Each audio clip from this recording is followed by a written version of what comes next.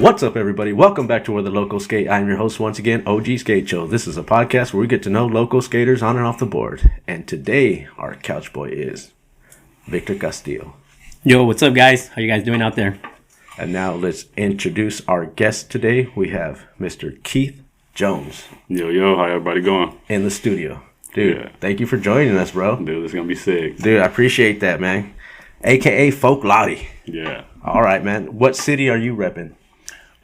Shit, I'm everywhere, dude. Right now, I just moved to Redlands. Love it out there. You know, I was born in LA, then moved to the IE. That's where I started skating, was in the IE, and everybody showed me love out there.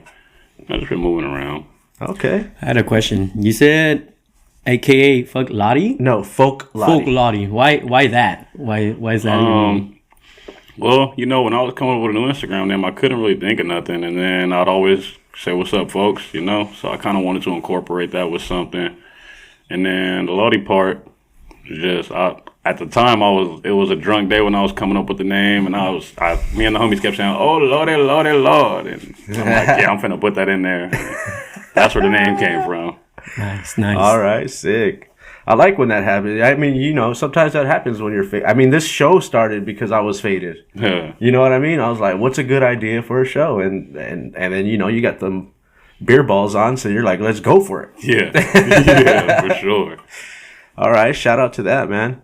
And you moved out to the IE. How did you start skating? Well, when I first moved out there, my grandpa has 2 generations of kids. So I got uncles and aunties that are my age. Mm-hmm. And one of my uncles, he's like 2 months younger than me. He was like my best friend. When I moved out here, we moved in with them. And all of his homies, they were all hoodlums. So they had a bunch of stolen bikes and scooters for going around the neighborhood.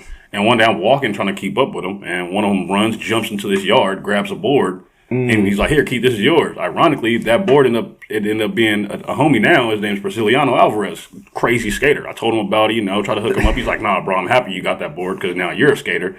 You know what I mean? But we were just kids walking through the neighborhood, and that got me into it. But my uncle's homies didn't want to teach me how to skate. They were pretty good at the time, and they weren't fucking with me. And then I moved from Rialto to San Bernardino, and the San Bernardino cats, like, taught me how to skate. They're like, hey, yo, stop pushing Mongo. Come with us. If you can't keep up with us to Blair, you better figure out how to get there. And when you get there, we'll show you how to skate, you know? And that was like the incentive. I learned how to skate fast, stop pushing Mongo, and that's when I started skating more. And they were teaching me everything, dude. How old were you? 16. 16? I started at 16. Teenager, huh? Yeah, a little late bloomer, but still in there. I mean, if you're a youngster out there and you don't do it like that, man, that's an old school way right there, man. If you can't keep up with the big dogs, yeah, man. And then when you get there, you know, you got to get there on your own if you can't keep up. Yeah. And I didn't have a phone at the time. Like it was pretty tough. I got lost a few times.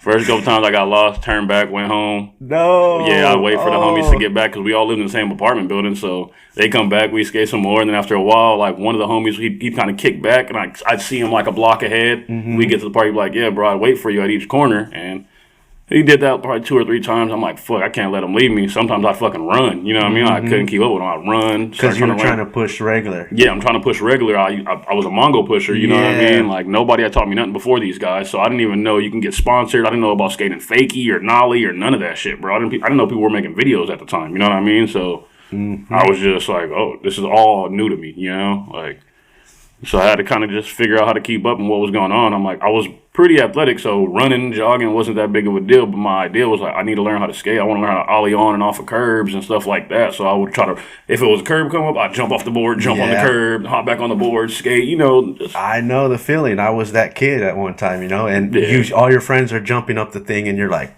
and you got to stop in traffic and you're picking up your skateboard, setting it back down, all like beginner. And I feel like I'm being judged by cars. Yeah, you know what I mean? And they probably don't even care. For sure. But I'm in my head, I'm like, if I was in a car, I'd go, look at this guy. He ain't ollie up a curb yet. Yeah. Nah.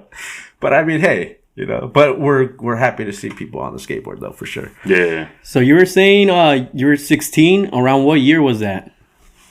Shit, dude. I'm horrible with numbers. I'm 31 right now, so it's about 15 years ago almost, I want to say. Mm-hmm. All right. I'm not sure the year, though. Because back then, there was no, like, you would need, like, a friend to film you, like, because we had no cell phones. Yeah. And, you know, like, we try to get clips, we would need someone that had the camera. Yeah. We was using, like, these little, like, forgot what they're, little small cameras, and we get the fisheye attachments for them. Mm-hmm. Well, they were at the time. At the time, I wasn't filming nothing. You know, that's when I first started. But that's what I seen them using. And then once I started filming, the first camera we had was like a DVX 100A.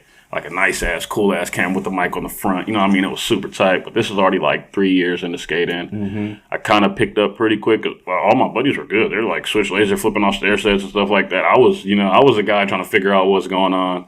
And luckily, by them being so good, it made me learn kind of quickly, you know? Isn't that a trip that how when you skate with people that are better than you, it like inspires you and it makes you want to try stuff and makes you like puts in your head what's possible. Yeah, the same thing happened with me when I started skating with Peralta. Shout out. He was already kick flipping a loading dock the size of a 7-stair, and me being a beginner, just looking at the dock, I was like, dude, I was scared. Yeah, jumping off is not wild. Yeah, but these guys skating with them got me where I'm at right now, and just keep pushing. And dude, it's shout out to that, man. Yeah, that's real. That's real. Did they put you up on game too, like to have you watch videos, or did they watch videos? Yeah. After skate sessions, like for the first, what really taught me everything was when I would get left and I'd go back home. You know what I mean? I couldn't make it to the park because I didn't know where it was at. I'd go back home and then I'd be chilling out front of the apartment skating. You know, they'd come back a few hours later, and when they get back, we'd all go chill at the homie Angel's house. That's the dude who really taught me the most of skateboarding. We chill at his house. We watch skate videos. You know, go out back, smoke some weed or whatever. And that's when I started learning. Like, oh shit, these are pros. You know what I mean? Like this was pro. You can be a pro skater. Like what? And then that's when I kind of branched more into like I want to get good at this. Like I just at least want to be able to skate everything because why not? And then I can't skate everything, but I can go to a skate park and I'm not going to be bored. You know what I mean? That was the initial goal. That's cool, man. I know you're doing good nowadays. But in the beginning, it's a little tough, you know, like especially, you know, you gotta keep up with the big guys for one thing. Yeah. But that's rad, man. I love the fact that you kept up with it. Now, was there any other like scene around the area at the time, like, or was it those just the guys that skated? At the time, there were these skate crews, and it was called like YK, which stands for Yes Crew, and then ISU was I Skate 'em Up, and they were like the biggest thing in town, you know. Sick. They were both of them were sponsored, both of the teams, they were probably like 10 or more deep, and everybody on their teams were sponsored by all the local skate shops, had little other companies sponsoring them, stuff like that, so that was cool. And then the goal for all of us, like my homies, some of them were already on YK and ISU, but they were like, we all live in the same apartment, so we still skated together, even though they were on opposite skate teams who would like compete against each other. They were still love, you know? So they were kind of putting me onto that. And then as I got better, we ended up coming up with our own little skate crew called Let's Skate. And that's kind of making a comeback right now. And that just went from there. A lot of the people from YK and ISU end up getting off and joining LS. So they weren't like, there was no beef. And we kind of turned it into a thing. And then those two teams, they were just older. A lot of them were older than us too. So they kind of got into just being grown-ups, doing their life. Yeah, you know. And then the younger ones was like, well, we're going to LS. Let's do our thing. And that was us. We start going up and just let's skate. You know, you hit your homie up like, hey, bro, let's skate. That's all it was. That's how things just form out of thin air like that, man. Yeah. That's so sick, and you're bringing it back, too. Yeah. Was there a local park for you guys to skate? The first local park was Blair. We're going to do the Fernie event there February 1st. That's a huge park. Well, the park is small, but the obstacles are big, so you skate there coming up, and then when you go to the new parks we have nowadays, like being like a kid in a candy shop, because everything's all small and perfect. You're like, I can do whatever I want here, you know? So, but it's cool. But they got this one small couch ledge that's probably like 15 feet long. Can learn any little, it's like a bump ledge on it. You can learn any trick you want. I was learning like tray flip crooks and tray flip nose slides on that thing. It's perfect ledge. That Blair? Yeah, if you guys go there on the first, you'll see the couch ledge is the best thing they got there. The rest of the park is perfect too, but that couch ledge is amazing, dude. That's sick. Hell yeah. Now, you're goofy or regular? Regular. Regular? You know, I seen a video of P-Rod, and they're like, you goofy or regular? He said, yes. I know. I know. I want to say that. I almost did right now. I was like, nah, I'm not. Do you think he, like, I seen that, my bad. I seen that, but, like, do you think he did that on purpose or just came out? No, he does that on purpose. Yeah, he probably planned. That's his answer, you know? Yeah. When you think about it, it's like, shit. I do like to skate a lot of switch and nollie, you know? So after a while, some of your switch tricks will be better than if you did it regular. Like, I can switch kickflip better than a regular kickflip, you know, but I can't switch tray flip better than a regular tray flip, you know. That's interesting. So, yeah. I feel like my nose slides lock in a little better on a switch nose slide because in my head back in the day, I used to do tail slides a lot. And like it's one of those things where you trick yourself. You're like, when I learn tail slides, it's just a switch nose slide. And then when I'm doing a a no slide nowadays. I'm like, it's just a tail slide. Yeah. You know, it's like, it's weird. It's like, that's how it goes. Yeah. Just blending up the math. Mm-hmm. Do you remember your first board? My first board was from Prisciliano. It was just a blank deck, and like majority of it was full of like Van stickers, like from the shoes that you would get. I don't know how we had that many Van stickers, but it was a lot of them on one board, just like filling up majority of it. It was cool. It was like a gray blank. Had like some Spitfire wheels on it. I think some Thunder or Indy truck, something like that. Okay. I wanted to ask, bro. I want to take it back. What were you doing before you picked up the skateboard? I was a hoodlum. A hoodlum? Yeah, What is a hoodlum? I was a hoodlum, bro. Like, I just came from Watts. Most of my family's like gang members, so I was going on the wrong path. You know what I mean? Skateboarding kind of really helped me out a lot because a lot of my brothers to this day, they're still hoodlums, you know? So I jumped out of that scene when I got into skateboarding. It was like, dude, I don't even want to, I'm not trying to fuck with nobody, bro. I'd rather just chill and have a good time, get my own, earn it properly, you know what I mean? Ain't got to go out do no crazy shit, so. That's cool. Yeah, that was dope. Shout out. Yeah, shout out to skateboarding because I mean, it's a whole different feeling. Like when you first get, like I remember I was mixing the two roads because it was safer for me to ride a skateboard around the block instead of walking because people just like the cops as well too. They'll just look at you. Oh, it's just a skater. If I was walking down the street dressed the same exact way, but walking down the street, they pull me over to check what I got. You know? Yeah. And so it like that skateboard, and then like even when they be passing by, I like gotta bust an ollie just to show, you know, I know what's up, you know. Yeah. But after like getting that heat and like because I was so used to always trying to be like, you know, checking out, make sure I wasn't gonna get, you know, gangbanged on or whatever. But after becoming a skater more and more and more, that tends to leave, and you're like, damn, I get to chill now and just have fun. Straight up.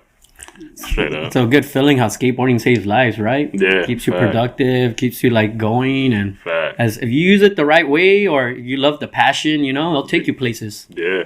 Yeah, and it's crazy you said that too, because even to this day, like if I go into like hoodlum areas and I see cops, I'm immediately in my head, I'm like, let me do a skateboard trick. So they don't think I'm here up to no good. Right. You know what I mean? I could look in the mirror and be like, damn, this guy looks like he's up to no good. You know what I mean? Even though I'm chilling and I'm not, but just my image could give that off real easy. So when I see some cops, I'm like, let me make sure they don't think I'm trying to do something. That way they don't get up on my bumper. You know? Damn, it's the same thing, dude. Like, you know, I'm skating around with sunglasses on and stuff. You know, I'm like, okay, I gotta bust an ollie here. I'm not just using this for transportation. Yeah. You know? Yeah. I wanted to ask, were your parents supportive with you skateboarding? Oh no, dude. They didn't like it until I was probably like, I think I had just turned 18 by like finishing up high school. I was about to finish up high school, and I got some sponsor from like Australia called Melon Skate Wheels, you know, and they made wheels and stuff. And they sent me out a bunch of boards and wheels, like a fat ass package. And I came home from school. My mom's sitting right there on the table drinking her wine, talking to her friends like, there he go right here, girl, blah, blah. She's crying. And I'm like, what? She has the box open. Yeah. And I'm like, yeah, I'm that's like, a federal what's that? offense. Nah, I'm just kidding. She's like, this package came for you, blah, blah, blah. And she's like, you don't got to go to school anymore. All I want you to do is skate. Like, just keep skating. And that's when she starts supporting my skateboarding. And right then and there, she saw the benefit. Yeah, dude. I was like, all right, bet. It's like, I'm already 18, so I stopped going to school for a while. I ended up going back, get my GED or whatever. But I was like, I'm gonna focus on fucking skating. This shit is great, you know. Yeah. So that's when I got a lot of learning in at that point, because it was skating every day. It was like a job. Like at least 8 hours a day, I was skating. Nice. Straight skating. I started getting hooked up with companies and stuff. That was cool. What happened to that sponsor? They ended up getting sued for copyright infringement by some other company in Australia with the same name. Oh. So they went underwater. He said he was going to make a new company, never hit me back. So I just left it alone. How did they find you? Like, at this point, now I learned you can get sponsors like that. I was out filming and just trying to look for something, and I ended up stumbling across them. I think it was like when Instagram first came out. You know what I mean? Stumbled across them. I'm like, yeah, I'm going to hit them up with some footage. Fuck it, see what goes on. And they were fucking with me tough. And it went a long way. It's kind of cool, man. That's right. Just Instagram, just like boom, boom. Yeah. That's awesome, man. Like with Instagram, we could use that as a resource, just posting like video content, and people from all over the world will just see it and reach out, bro. Yeah, straight up. Like I got like some greetings from Brazil telling them that my skateboarding's amazing. And I'm like, dude, someone from Brazil? That's tight. Like he's telling me his dream is to come to Cali and my dream is to go to Brazil. But yeah, straight up. That's tight. Yeah. Shout out. Yeah, that's cool, man. That's rad, man. Dude, I mean, I'm still waiting for those Instagram texts. Where are you at, guys? They're gonna go. They're coming. They're gonna go. All right. Besides Blair, any other local spots you guys would hit? You know, after Blair, they like in the IE, they just start making new parks left and right, and every time they make a new park, I became the local there for at least a year or two. You know what I mean? So right now we got the East Side Park. I'm not really there as much, but I try to go there pretty often. But they remade this park in San Bernardino. The first one, I was there for the grand opening, skated for a few years, and they did 3 parks in Rialto, did the same thing to all of those, and they just redid the East Side one. I went there for the grand opening, and now I'm just trying to get there when I have the time, you know? Same with the Redlands Skate Park. There's a bunch of them, dude. Riverside Parks. I've been most of the time when I hear about a park opening, I try to get to that grand opening. A lot of the skate parks in San Bernardino, there's a 9th Street Park. I was skating them before the parks were open. Me and the buddies, we're jumping. Once the concrete's laid, everything's set, we're jumping the fence, skating them. The Redlands Park, I actually know Kyle, you know, when he built it. So they told us one day we went there when the park was still closed off, but gated up, and they let us skate the park before it was open. And Kyle's the dude who built Redlands Skate Park. You know, shout out Kyle. He does his thing. He's good. He's a good park builder. Yeah. Now, that's the Redlands Park, the blue one. Yeah. Oh, okay, I haven't been there. Yeah. Yeah, I mean, park's fun, dude, I love when you get to go to the grand openings and all that stuff and be the first ones to kind of skate it, and it's always nice. And then I used to do this thing where my homie put me on game where he's like, upload a photo to Google Maps. And then, like, when people would look up, like, Manzanita Skate Park, It would show you. It would show me or my homie, because I got the homie was doing a trick over something, but my sticker was in there. Yes. And I'm like, because that one got the most views out of everything. I was like, I wish that was me doing a trick. It was my photo, but it was the homie doing the trick, you know? That's tight. But yeah, it was like, and then people would be like, dude, look at Mr. Google. And they used to call me that, because I would be on a lot of skate parks if you looked it up. That's tight. That's So, smart, dude. Everybody out there, go do that, man. Yeah. Yeah. It's cool. It's a cool way to get known out there too. Do you have a favorite park that you like out of all those? Right now it's that East Side Skate Park. Okay. Yeah. You like what's new? Yeah. Yeah. Yeah, it's fresh. And since all the other parks, I've skated them for a few years, you just kind of get bored, you know, unless you're working on a trick. If you want to do a certain trick, then it's like sweet. But I can kind of go to the East Side Park, and then we done already tried fucking hundreds of thousands of tricks, you know. And so I can go to the East Side Park and just try these tricks that I've been doing there in different platforms, try to upgrade my tricks, you know. So that's the idea. I like to just flow around and do a lot of unconventional tricks sometimes. So they got this volcano feature there, like, and it simulates a famous downtown spot in San Bernardino. Like, pros go there. And so I love that thing, dude. Every time I get there, I'll cruise on that. Kind of like it gets me high, dude. Is it like the brick one the one everybody goes to? Yeah, the brick little quarter pipe. Yeah. They made that thing at the skate park, bro. They made half of it, and they made it to where you can go inside of it too, and then skate back out of it. It's so fun, bro. That's so creative. I mean, that's when you get creative with stuff, dude. When they build like crazy obstacles like that, like even like at the La Puente where we go in the big wave, you're like, who's gonna get to the top of that? But then you see people do it. Yeah, like, you know, nose pick it, whatever, and it's crazy like, work. What? It's wild, man. That's some crazy. If you work. built it, they will skate it. Yeah. What's one of your favorite obstacles to skate? Like, no matter what, no matter how you're feeling, you're always gonna skate that obstacle. It's a 50-50 out of a 270 bank or a bump to ledge. Bump to ledge. Yeah, any one of those, I can skate them all day long.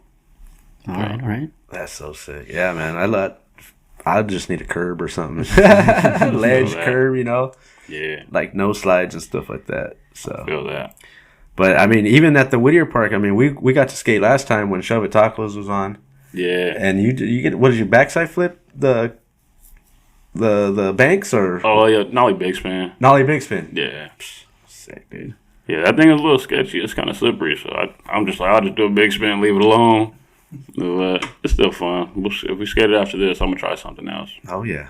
What would you do to like warm up? Like, how do you get your body to warm up and get yourself in the zone? Normally when I get to the park, I pull out my fingerboard and I'll start fingerboarding. Kind of gets my mind right, and then I'll like stretch up a little bit and go skate.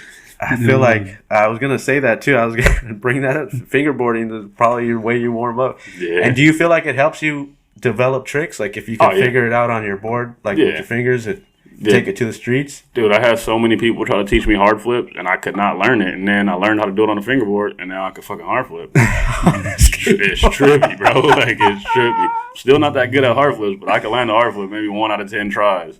I never tried the trick, but I understand it now, all because of this little fingerboard motion. Figured out how to manipulate the board. Dude, isn't that a trip? Like certain movements, or do you ever like kind of visualize the board with your hands, like if you're doing the trick? Oh yeah, like, I'll do that in real crazy? life too. Like I'll do it with my hands, like if it's my feet, and I'll be like, all right, let me try it like that. I think a lot of us do that. Like all of us are like we're shifting our hips, or we're like trying to figure out the motion, and then like in our head we're trying to get that as a like a memory, you know, like a muscle memory. And then we try to get into the, because I'm picturing it right now, because I was trying board slide, like half cab board slide, and then I'm trying to pop out over the rail. Oh yeah. So I don't come off the top of it. I want to come out and just roll away. Like it's just a parking block, but still, it was fun. To figure out. That's that. But in my head, I'm like as I'm skating around to get to there, you know, you're doing your little thing to figure out okay, I need to do this, and get your body weight over here, shoulders like this. I love it, man. I was gonna ask you. So you said fingerboard. How long have you been fingerboarding for? Oh, way longer than I've been skateboarding, bro. I started fingerboarding. I was probably like, my brother skated before me, and I used to always think like, at the time, like I said, I was a hoodlum, so I'd always tell them, oh, that's for white boys or gay boys, you know what I mean? No offense. At the time I was a kid, I was getting no better, you know? And then as I got older, I'm like, dude, this is for fucking everybody, you know?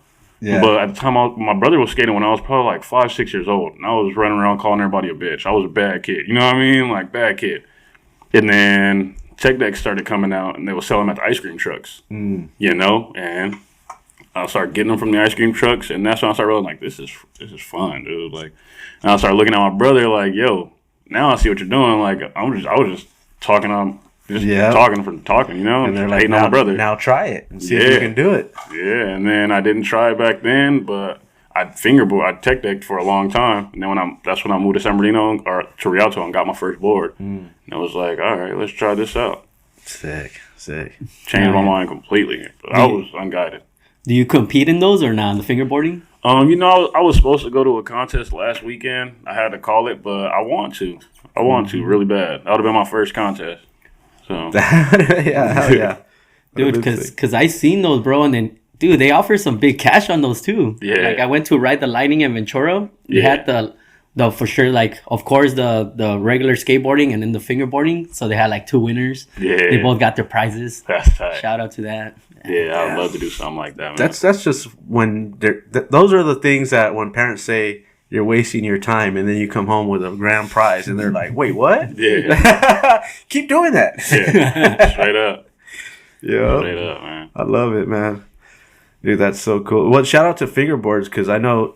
Are you sponsored by a fingerboard? Yeah, I'm sponsored by Flipping Fingers. Shout out to them. They hook it up. They're all about skateboarding. It's not like a gimmick, you know. They're not just out here trying to sell fingerboards. It's like a mom and pop type thing, you know. And they're taking care of their kids. The kids are making most of the shit, or most of the stuff. Mm-hmm. They bring out ramps, all types of, like, they bring out skateboard ramps to events if you need them, and they'll bring fingerboard ramps. And it's cool people. Shout out Dom. He's like a brother. Yeah. I met him the day of the skate park yard sale. Yeah. And he's a cool dude, man. He's a dad too. He was showing me everything on his booth, showing me the ramps with the fingerboards. It's like, oh, we make this, make that. Yeah, very cool dude, man. Shout out. Let us put our sticker on one of the ramps. So. Oh, he did. You know, he let us throw 2 stickers. Sick. Hell yeah, Dom's cool, man. Oh yeah, shout out. Yeah. So, and they make their own. They can personalize fingerboards too. You said. Yeah. They can make you your own board. If it could be a picture of you and your kids or your dog, you could get that on a fingerboard. You know, whatever you want. Yeah, it's really cool. Win a contest with it. Yeah, straight up. What I mean. So, how did you get sponsored by them? At one of the Fernie events at Blair, I think it was the second one. They were there, and I had met Dom a couple times skating at some of the parks, but I didn't know he owned a fingerboard company. Mm-hmm. And at this time, I hadn't had a fingerboard in like 2 years because somebody stole mine or whatever. And then I see he had all those little things, and he lets me use his, and I'm skating, and he's like, yo, you're really good at this. And he's like, you can have that. I'm like, for real? I was like, yeah, that's man. Sick. I start skating and tagging him, and he's like, yo, you should come by my crib. Let's skate some more.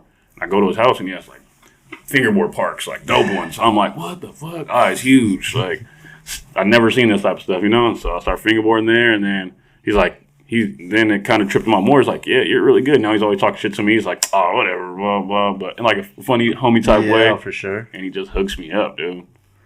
That's so rad. That's like when you're a kid too, going to the first skate park, and then you see your first fingerboard park. You're like, wait, what? They got this?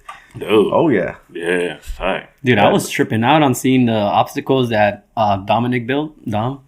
Yeah. I was like, dude, that's crazy. He does some crazy stuff. He's very passionate about it too. Yeah, he loves it. It's tight. I mean, I was getting into it a little bit where it got to the point where you learned to pick up anything with your fingers. You know, it could be a pin off the ground. You just boom, messing around. Yeah, and then like lighters, boom, ollie it. Yeah, you're like, what the hell? And I couldn't do that because I don't practice anymore, so I don't have that motion. But yeah, after a while, it turns into a little memory for a minute.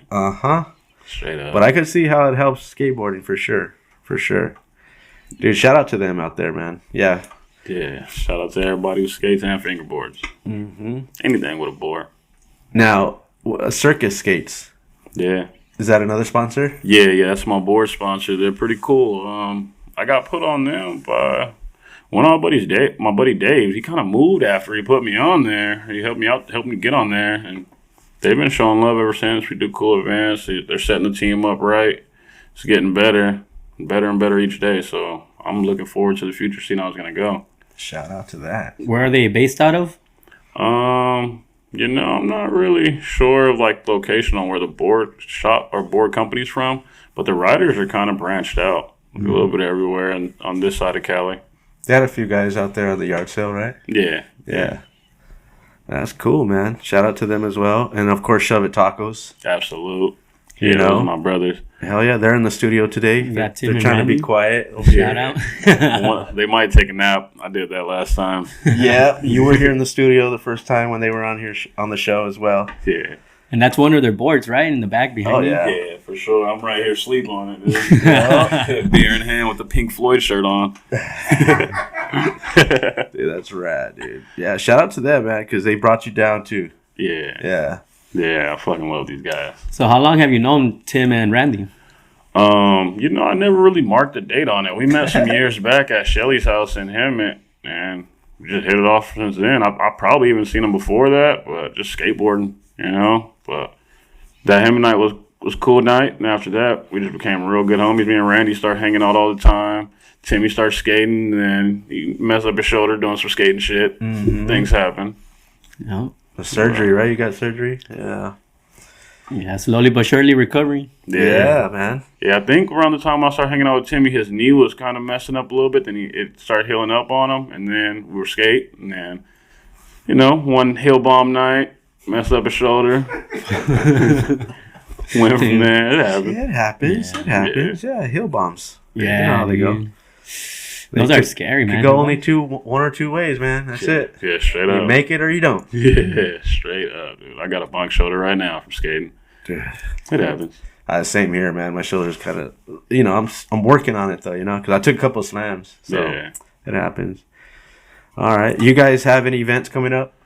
Shove It Tacos. I know you guys have something in February, right? Yeah, we got the Fernie event February 1st. It's one of my boys.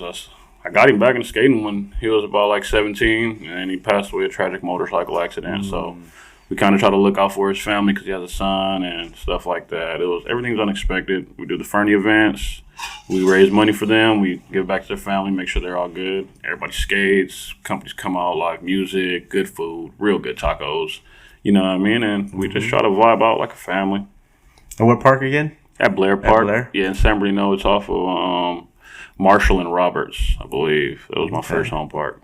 Yeah, we'll be on the lookout for that. And, of course, we're going to post it up before it drops, too, when we get the flyers. So, yeah. Dude, that's beautiful what you said. You guys, do donations, give back to the family, make sure they're all right. Whose idea was this, in the beginning? Who put it all together? As far as I know, Randy's the guy who's getting all that popping. He makes a lot of stuff happen. He talks to the family. He told me one day, I just called the phone with the mom, letting her know we're gonna get everything set up, and they're super hyped on it. So I bet. I mean, because with all the expenses that happens with somebody passing away, it's not cheap.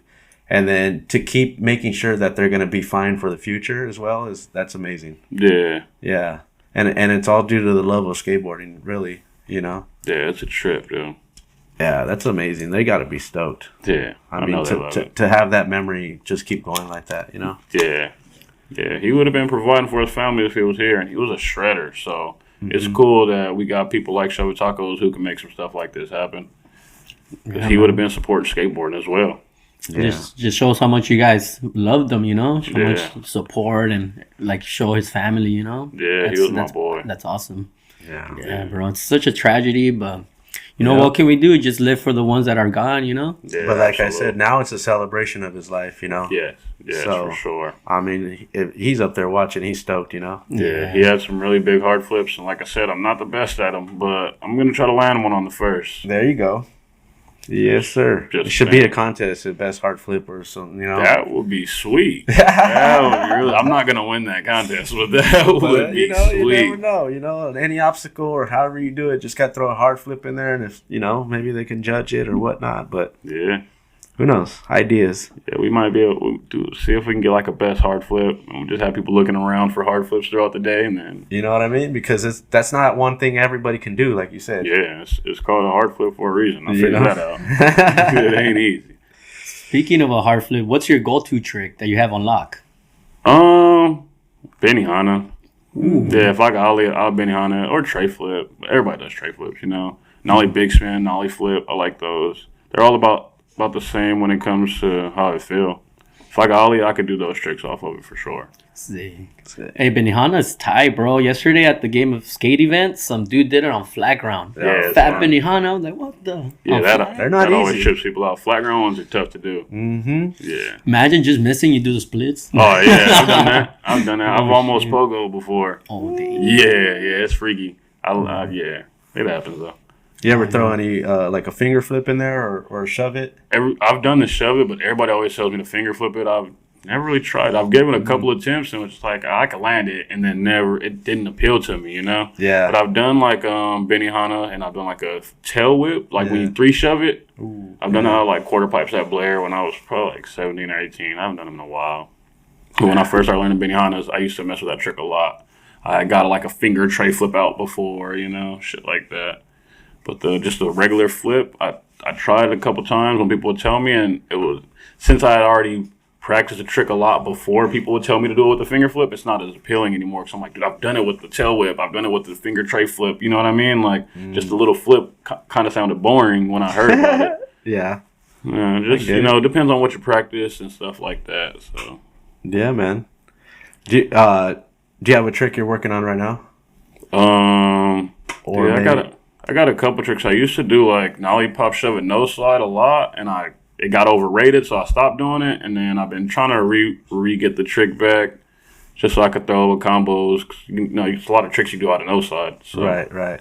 I like how it feels on a little nollie pop shove in the no slide or in the crook. It feels cool. So I've been trying to get that comfortable again. Did you say nollie shove it, no slide? Yeah, but like a regular shove it, like a backside shove it instead of front side. Instead of like back no slide, like a big spin almost. Yeah. Okay.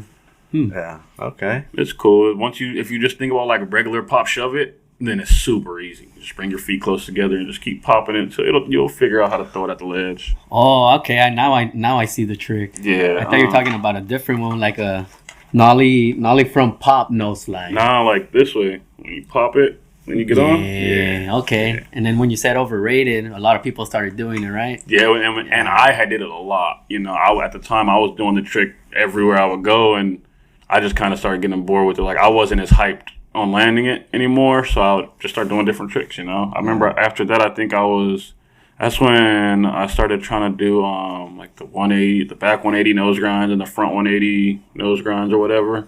I started going into that realm and just start spinning into stuff with my body instead of with the board. Mm-hmm. It's like the nollie shove it nose slide. That's, to me, it's pretty iconic in my head. I'm like, I need to get that back. Okay. Dude, you just gave me an idea. Huh? I want to learn those now. Yeah. Well, let's it's go. Simple, dude. We'll go back to the park now. Yeah. Yeah, we can get some practicing on those later. For sure, man. Do you have a dream trick you want to do? Yeah. It's a trick that I landed like 2 times, and I can't land it again on a 270 bank. It's nollie, backside flip, late flip, like front foot, late flip. I've landed it like twice in my life, and I never put in enough energy to do it because I'm always like, I want to have a camera on this. Yeah, you know? yeah. I'm like, if I do get another rollaway, I want it to be filmed. That's always a thing, and that kind of sucks too, because that's how we think nowadays. You know, it's got to be worth it. It's got to be a camera on. You know, straight up, because it's hard. It's hard to do. Yeah. It's not something I'm gonna just go to the park and do on the regular. So I'm like, I want to film. I want to get it on camera, film. I want to see it landed, and I want to study it. You know what I mean? That way I can try to make it better. Dude, like, I don't know why that is. Like what you said, like if it's not on camera, I don't want to try it. Like I don't know why I get like that too. It's either because it's a trick that I've never really tried or done. Either I'm going to take a slam, which I want to film, or I'm going to land the trick, which I want to film. So either way. But if no camera's there, I don't think I would try it, you know? Because I could see Listo working on a trick, and I can tell, like, he's not landing it, but I know he's just waiting for the camera to come on. Yeah, just filling it out. Yeah, he's just filling it out, and then I'll catch him, and I'll be like, you want to get that? He goes, yeah, all right, yeah, I'm down.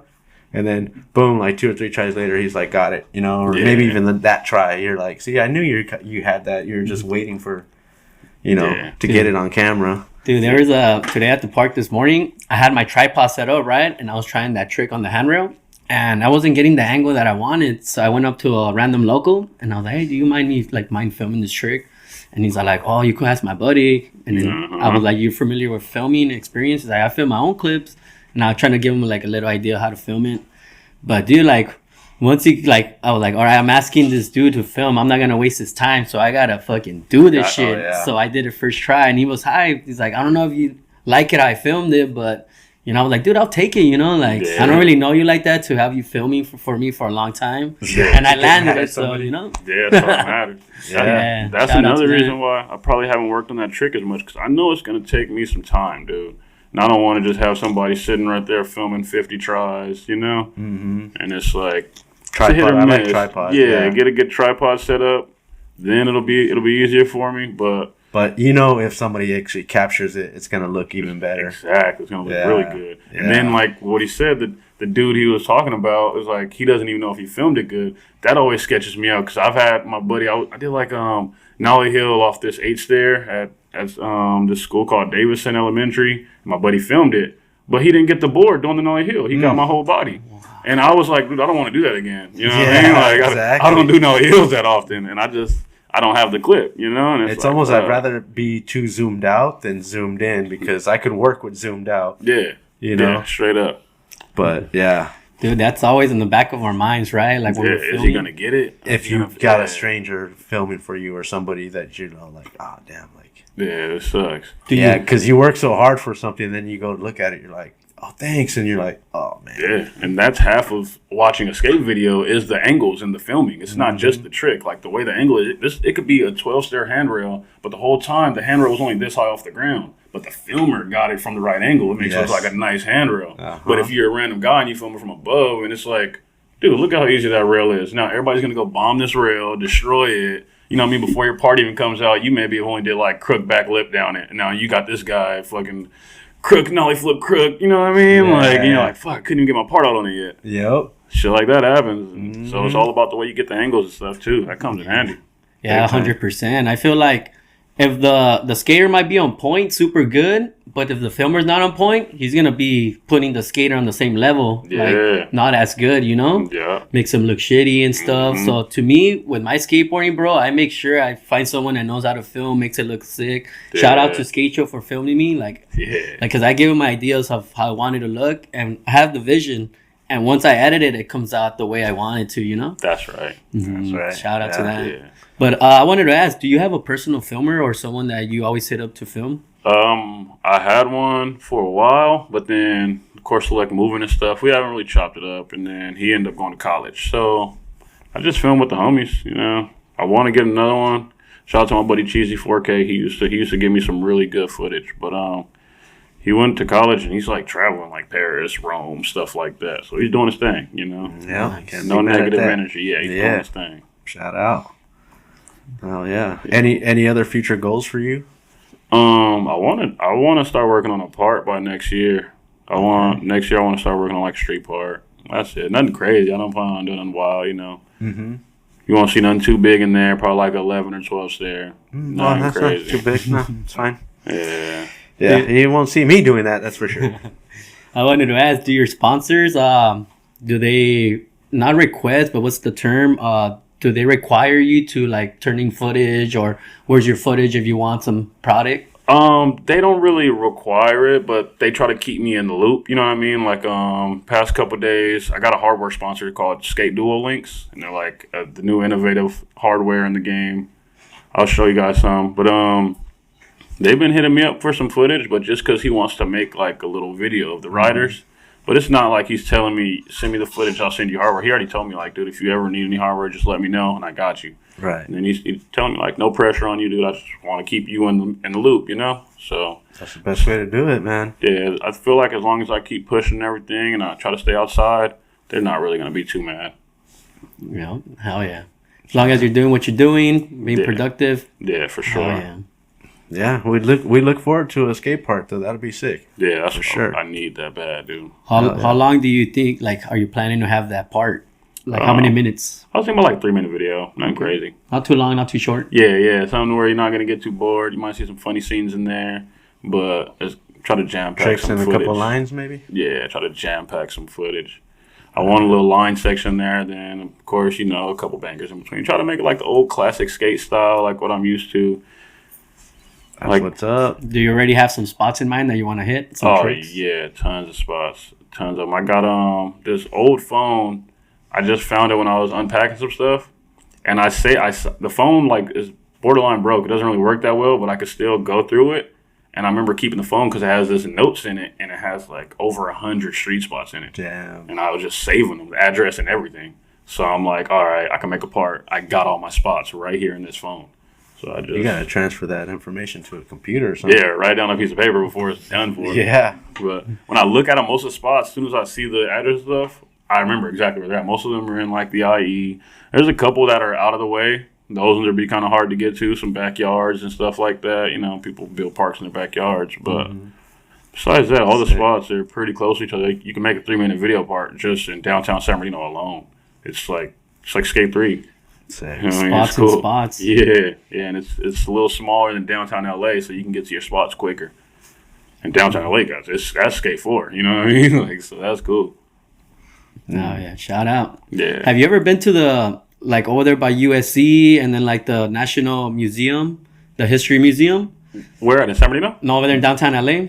Oh, by LA area? By the Rose Bowl, or is that what Kind it's of by called? like the Rose Bowl and stuff like that. Yeah. Kind of by there, but not really. That's Dude, it. I was there yesterday. There's so many spots, bro. They're Spot everywhere right out here, there, spot bro. right there, spot right there. It's ridiculous. And then At spots the that Coliseum? yeah, by the Coliseum. Yeah. Yeah, there you go, the Coliseum. Yeah, dude, I was like, so that's where the spot's at from that skate video. That it was Yeah. somewhere out of the country. That's like by the Staples Center, right? Yeah, like Yeah. nearby. Okay, yeah, because I was doing plumbing right across the street from the Staples Center on this big building or whatever. And every day, dude, on our lunch break, we're like, stories up, looking out by the parking lot, smoking and eating or whatever, smoking cigarettes, and you see skaters all down there just going, I'll be pissed. Like, you gotta watch this shit, dude. Dude, that reminds me, when I was doing construction, we're doing some flooring over there in downtown LA. And then I walk to the liquor store and I see Robert Neal right there just hanging out, skateboarding with like his friends. And I'm like, fuck, I'm over here working and this guy's skateboarding. Like, I want to be that guy skateboarding, you know? Dude, Robert Neal, his home park is Blair as well. No way. Yeah. When I first started skating, he was up there destroying the park. Wow. Yeah, he's a real cool dude. So you guys are close homies, or you just know him? I mean, like, if I go out to LA, I can hit him up, skate with him, but he's been out there for so long doing his thing, and I've been out here, separated. But every time I see him, it's always love, Nice. I'm pretty sure if I'm just like, hey, bro, I'm out here in the area, we'll go skate. He's cool. Oh, yeah. He's humble, too. Super humble. Yeah, Robert's a real cool dude. Shout out. Oh, yeah, man. All right. You have a dream spot you want to skate? A dream spot. Could be here in the country, out of the country. Lately, I've been hearing about Vert Jungle.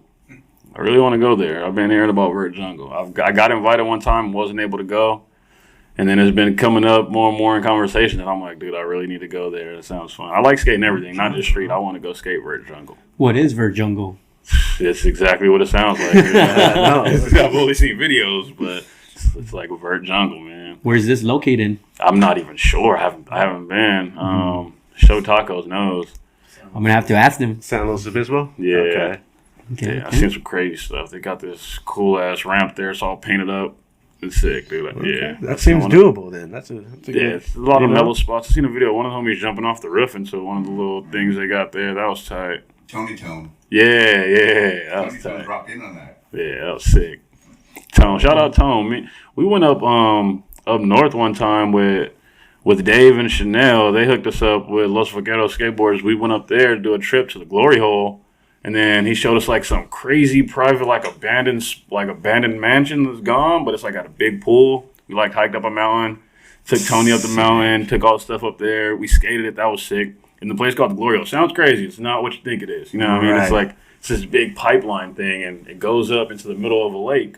Sometimes the lake is lower, so the water's not going into it, and it's just a huge pipeline. The skaters got to like go across the water on rafts and shit, pull yourself on a string or rowing across, and you get to it, and it's a big full pipe, and it just goes all the way up, and they put grip tape on it so where you can, once it gets to the elbow, you can kind of climb up the elbow a little bit on the grip tape and then drop in, smash down it, carving the whole pipe. It's amazing, and it's huge. Like you could put a whole house in there. You know what I mean? Like it's a big pipeline, so you gotta really haul ass. I was taking my time. I'm not gonna lie. But Tony smashed down it. A couple of homies did great. It was super sick, man. It makes me nervous, man. Like you don't want like a big flood coming through. You're in that thing, you know. You're like, oh. Yeah, it was crazy. Yeah, that's wild, man. That was some wild stuff. Dude, that sounds fucking fun. Dude, shout out to that. That kind of sounds like the Mount Baldy, Baldy pipe. Have you ever been there? Yeah, same thing, but bigger. I've been to Baldy pipe. It's probably like 2 to 3 of those. Not too much bigger, but it's bigger than you Baldy said it pipe. fit a house in there. Damn. Yeah, it's pretty big, dude. It's pretty big. Wow. Nice. And it's like you know, at the end of the Baldy pipe, it has that gap right there.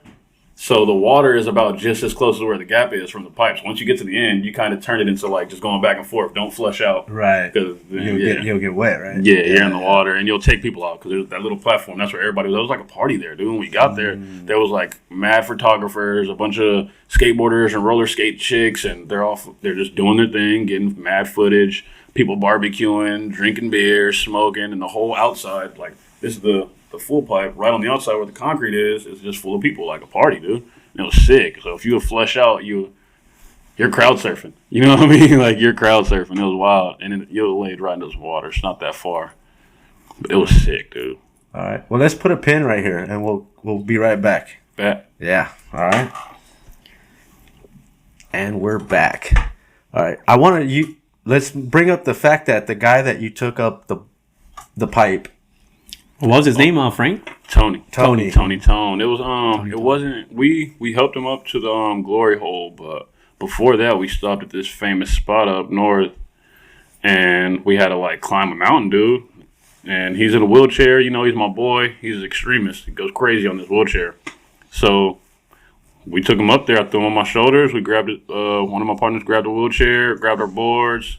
We hiked up this mountain, got to this sick ass pool. It's like a box off pool. Huge, crazy, shredded it. That was like a movie scene. Like it was sweet. And he goes down on his wheelchair? Yeah. Oh yeah. That's crazy. Yeah, Tony's sick. He's jumping off ribs in the bowls. He's a monster. He knows how to grinds everything.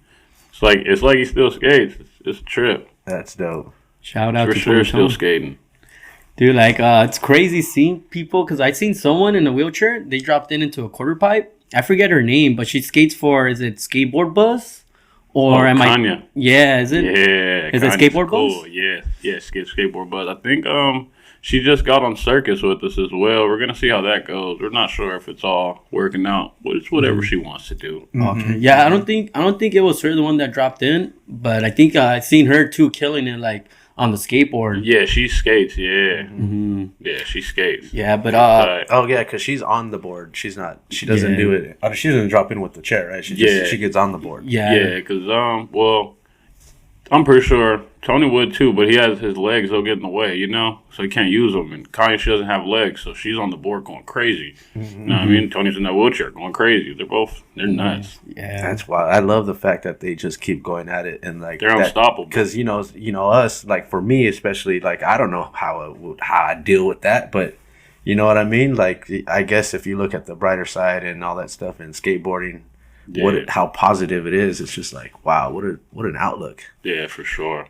You know? Yeah. Because I don't know if I'm that strong, you know? I feel that. You know what I mean? I feel that. You never but know. I'm sure, like, you know, the power and the will of a person, the human body is just amazing. Yeah, absolutely. So, and the mind, too. Yeah, for sure. Dude, it just shows us, like, that anything's possible as long as you put your mind to it. There's people that have everything, their health, and they don't want to get out there or do anything. And there's people that are disabled, and they're like still going for it, you know? That just shows motivation, shows inspiration. Like, dude, how bad do you want it? Yeah, that's real. That's amazing. Shout out to them. Shout out to the people. Keep going. Keep going, keep growing. I'm glad you guys brought that up when we took a break right now. You're like, dude, that guy was going down that thing in a wheelchair. He like bombing that thing. You're like, damn. Yeah, Tony's sick. That's dope, dude. Yeah, and if you guys haven't seen how dangerous it is to go on down a hill with a wheelchair, dude, that's... I'm sure it's like not the regular ones. I'm sure it's like a done up one, like a professional one. You know, hooked up the right you know what I'm saying? Because you ain't gonna just go. Yeah, regular. Yeah, the one that they let you out of the hospital with. Yeah, you know what I'm saying? That'll probably fall apart. Yeah, straight up. So they probably got to customize. Oh yeah, this is reinforced. Oh yeah. Yeah, he got some hooked up chairs, dude. It's sick. Yeah, he got some nice stuff. Sweet. Oh yeah, it's like having a pro deck, you know, but pro chair. Interesting. Yeah. That's dope. Hell yeah! Shout out. For real. Yeah, that's amazing, bro. Like I said again, that's just everything that you guys are doing, especially for the homie too. Again, for the event, Fernie. That's amazing, bro. That's beautiful. Yeah, so he's one of your team. My bad. Tony's one of your team riders. Yeah, Tone rides with Shove It Tacos. He rides with Don't let me forget now. He has a couple sponsors. He's with Claire Skateboarding. Yeah, he's been telling me to tag him and some stuff so he can get me hooked up. That's cool. That's it's like for like muscles, right? Yeah, it's a cream. Yeah, it's a cream. Comes in handy. I Get like messed that. up. It's pretty sweet. It like you rub it on, dries up, wash off a little wet towel or something. You feel a lot better. It's pretty sick. Yeah, somebody put me on game on that. One of our guests. Yeah, we should actually, it was on Swelbo. Swelbo, yeah, Redbeard. Redbeard's my dog. That's Sensei right there. Shout out to him too, man. Dude, that's amazing. Do you have any dream sponsors? I never thought about that. A long time ago, I was sponsored by Band Skate Shop, and they got me like flow for DGK, and then they end up selling. They sold the shop to some other guy, and they kicked all the riders off. At the time, Wade Azirmo was on DGK. Now he's on Primitive. Shout out Wade. He sent me a couple boxes when I was riding for Band. And Boo Johnson sent me a box one time, too, until all that went downhill. So that'd be pretty cool. Get back in touch with those. Well, those guys are on, they're, Wade's on a different company and stuff like that. I think Boo, I don't know if he's still on DGK, I believe. But it'd be cool to get in touch with something like that. That'd be pretty sick. Boo Johnson just had an event for, I think, Thread Beats over there at Lincoln Skate Park where he had Cash for Tricks. Yeah. Dude, that thing was intense. Oh, yeah. One of Circus Riders, Anthony Shabelsky, he was there. He won some cash there. That was cool. Yeah, dude, he threw over like almost like $5,000 of cash, bro. Just man. Yeah, people were coming out like paid out like $300. There was some pros in that contest too, throwing down. Man. So I was like right next to Dominic Walker, like, dude, what is he doing? He's trying to get cash. Yeah, for sure. You're like, damn. That's sick. Yeah, man. But yeah, Boo Johnson was just like, all right, any tricks that are worth like banging, $100 trick. Dang. I did a pop share at 50 on the rail. He's like, let me see a pop share at 50 on the rail. I'll give you $100. I did it on the ledge. He's like, I want to see it on the rail. I can't do it on the rail yet. That's tough. Yeah, that's tough. Yeah. But sometimes that money could be that incentive to try, man. Yeah. Yeah. And then like everybody just going at it like a contest, like status, like everybody's hungry. Yeah. And the way it was, it was chaotic for sure. Chaotic, that's the word. I see some highlights, so it looked reckless. Mm-hmm. Yes, sir, man. But tight. Hell yeah! Shout out to Boo Johnson. Yeah, shout out. How did Wade DeSarmo and Boo Johnson send you packages? So the team manager of Band at the time, his name was Danny. He's the one who got me on. Shout out Danny. He looked out for me. he got me on the band Skate Shop, and he was getting packages from DGK for the shop, you know. Mm-hmm. And then they told him, I believe they told him somewhere along the lines of send us some footage of some of your riders. You want to hook them up. And he sent us some stuff of me, and they sent packages back. I remember I had like a paper, like little thing of some Wade wrote me, you know what I mean? Like, yo, keep up the good work, blah, blah, seen your video, something like that. He signed it. I ended up losing it throughout moving, you know, but that was from the first box he ever sent me. Then he sent me a couple more. Then I got one from Boo, and that was tight. And I was just like, let's see what's going on. But then everything kind of flushed out with that situation. But there's always still room to get back on it. Mm-hmm. For sure. A lot of opportunities out there. Yeah. Dude, isn't it cool when you receive a package and it has a little message like from your sponsor, like, hey, keep shredding, keep doing your thing. Yeah, it's cool, man. That little personal touch really goes a long way. You know what I mean? It's not just a box with boards in it. You know what I mean? Yeah. They shows that they recognize you, and you know, like, facts. You know what I mean? I love that. Yeah, that's real, dude. Yeah, man. It's a good feeling. All right. Well, we hope to that DGK would be, you know, send you some more stuff or somebody. You know what I mean? But like, shout out to Circus as well. Yeah. You know, shout out Circus. You know what I mean? But any other sponsor, like, could be off the board or even a shoe or something like that. You know, I got a buddy who I looked up to him for a long time since I started skateboarding, and he opened up a skate shop called The Avenue. They've been rocking with me tough, and they put on some really good riders. I just got to put in some more footage, and I'm probably be riding with them. They've been supporting me. They want me to collab with them in my next video. The board I'm riding is their board. They just gave it to me, so it's looking good. I would love to start riding with them officially. Shout out D-Mac. That's my dog, too. He looks out. And where is it at? It's in about Highland, San Bernardino, right next to that new East Side skate park. Okay. So them redoing that park's probably been helping that shop out a lot, too, because now they're getting more foot traffic. Before that, there was no skate scene in that area, so I'm pretty sure it was tough. And the name again? The Avenue Board Shop. The Avenue. Shout out to them, man. Yeah, that'll be cool, man, to get you back in there. Yeah. What about a non-skateboarding sponsor?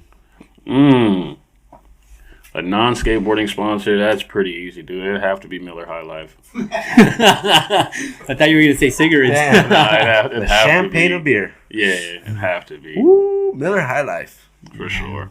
That's a good sponsor. Yeah. That's what we used to drink, no?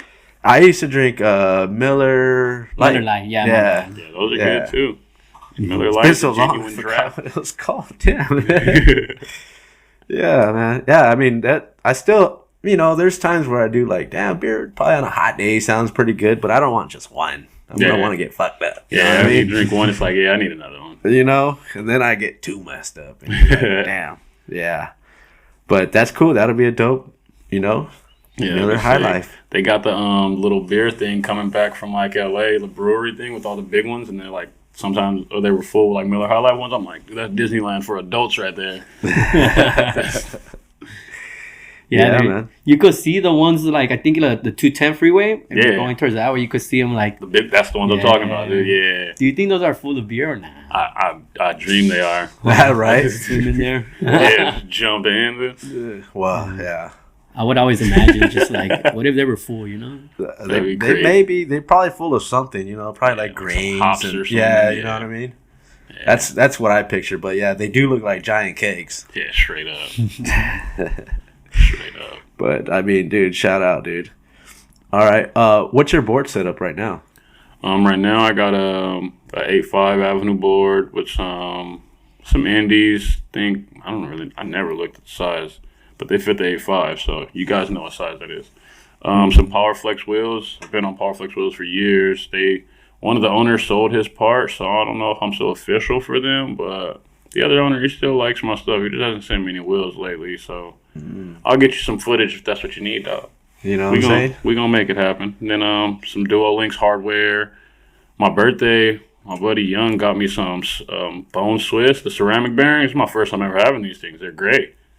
Yeah, I don't know. I haven't had bones in a long time because I'm on PowerFlex, you know? And yeah. I didn't think about the bearings, and he got me those bearings. So I'm like, sick. The ceramic ones, too. Those are the most expensive ones. Yeah, bro. Got them for my birthday, dude. That was tight. Oh, damn. That was really cool. I still haven't had the courage to buy those yet. That's what I'm saying. I don't want to spend that much on some bearings, and I'm going to break them. And What do you got? Luckily, though, the Swiss are pretty good. They don't break. You know what I mean? Like even for the regular Swiss bearings that are they're pricey, but they're still worth it. Yeah. I've bought in the reds that are like $20-$30 or whatever, and those popped on me. Yeah, those are the normal ones I've had. I've never had anything higher than the reds. Yeah. So, dude, cool. ceramic's tight, dude. Yeah, it's sick. All right, dude. And do you what else we got? Lisa, you have anything for us? Like questions or? Yeah. I got a question, bro. I got a couple questions. Yeah, what's up? What do you got going on next with you? Like, any like, let's say video projects. You said you want to drop a video, right? Yeah. Do you have a name for it or not yet? No, I got a couple ideas for the name, but I also have a couple different ways I want to do the editing for it. So once I get the right B-roll, I'll kind of be able to determine if I want the video to be more hyped or mellow, and then that'll help me with my name, you know? Because the clips are really what's going to matter. If it's a bunch of poppy stuff that I can get off, then I'll probably make it more hype music, maybe use Big Ass Truck, you know? But then, like, if I'm getting a bunch of lines in there, might go something more mellow, like hip-hop, you know what I mean? So just trying to figure it out. Right. Hell yeah. And like it all just comes together, huh? Yeah. I'm in the same process right now, like working on a video project. So I'm just brainstorming right now, like what would come together. It's a video part dedicated to my mom. My mom passed away in March. So condolences. Thank you, brother. I got like clips that I've been laying around. Some of them that like are clips, pretty old clips that I'm rocking, like another shop that I'm not sponsored by. So I'm just can't use those I can't use that footage anymore for anywhere like else, so I'm just gonna use that for dedication for my mom footage, I feel and it's gonna be tight. But at the same time, I want to put a song that my mom likes and something that matches it, you know. So just That's brainstorming. Cool. Yeah, shout out. I like how you said about how like you're going through the B-roll to find how the tone of the video is gonna go. Yeah, you know what I mean by the B-roll. You never know what crazy. you're gonna do when you're out and about. Might have a bunch of cool ass moments, or it might be real mellow. You know, might capture some moments today that might get in the video. Yeah, you know, could backflip off a car without the skateboard. You know what I mean? Like that's good B-roll. Might fall. You know what I mean? Yeah, might fall. You feel me? That's good B-roll. Hey, Baker Skateboards, they're really known for hijinks. You know, Beagle has the eye of like catching all these things. Like he always has his camera ready. You know. Yeah, that's bag good. Floating in the air. That's good footy. You know. And that's what made the video. You know. Straight up. Besides the skateboarding. Straight up. Yeah. He's so excited. But hell yeah, bro. But since we're talking about like music and stuff, do you skate with your music on or no music? It's a 50-50. Right now, I broke my earphones, so I don't really use music as a way. Yeah, I got this beanie that I use for fishing with a light and like Bluetooth earphones in it. Sometimes I'll pull it out, but it gets hot pretty quick, so hit or miss with it. A beanie has Bluetooth in it? Yeah, it's my fishing beanie. It got a light on the front, and then it got the earphones on the Bluetooth earphones. That's so sick. Yeah, sweet, dude. I got that from Dom, dude. That thing is sweet. I don't know where you found it at. I hope it doesn't break. Shout out to the beanie. Yeah, washable and all that? Yeah. You could take the insides out. You can take the light out and the Bluetooth earphones out, and you just wash the beanie.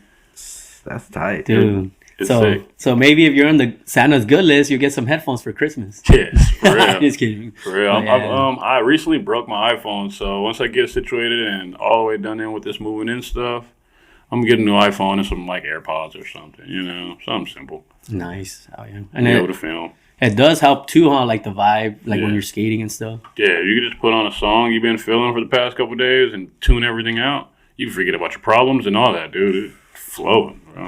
I really like to skate to oldies, you know what I mean? I'll skate to almost whatever, but I'll play some good oldies, some lowrider music, and feel like I'm flowing. You see me skating slow with some earphones on, you know it's some good oldies going on in my ears.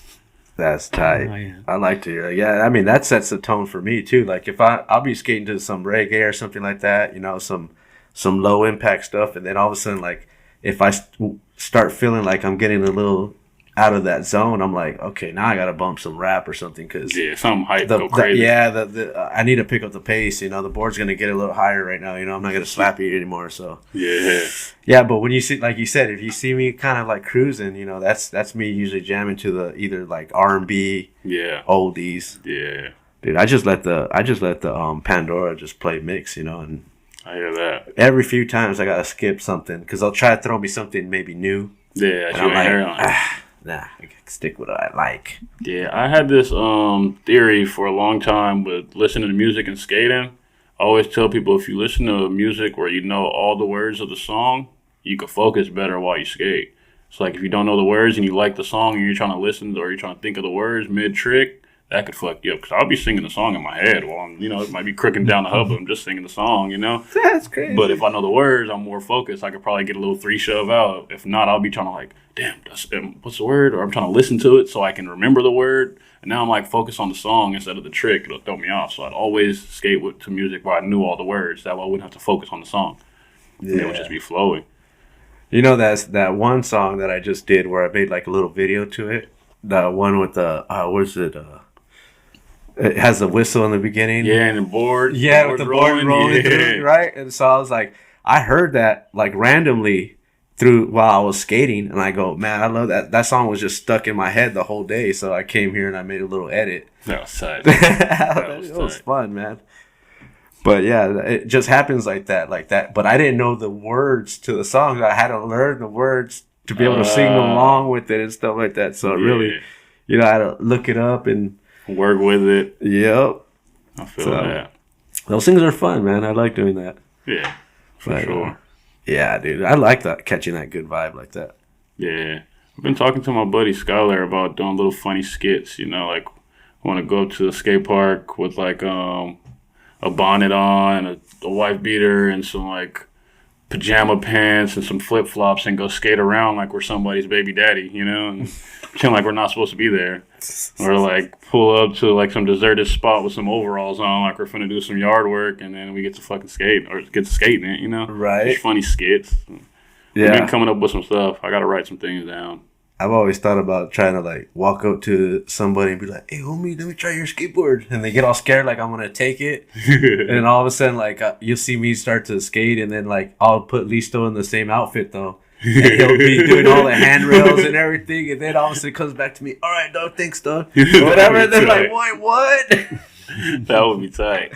I've lived through some moments like that.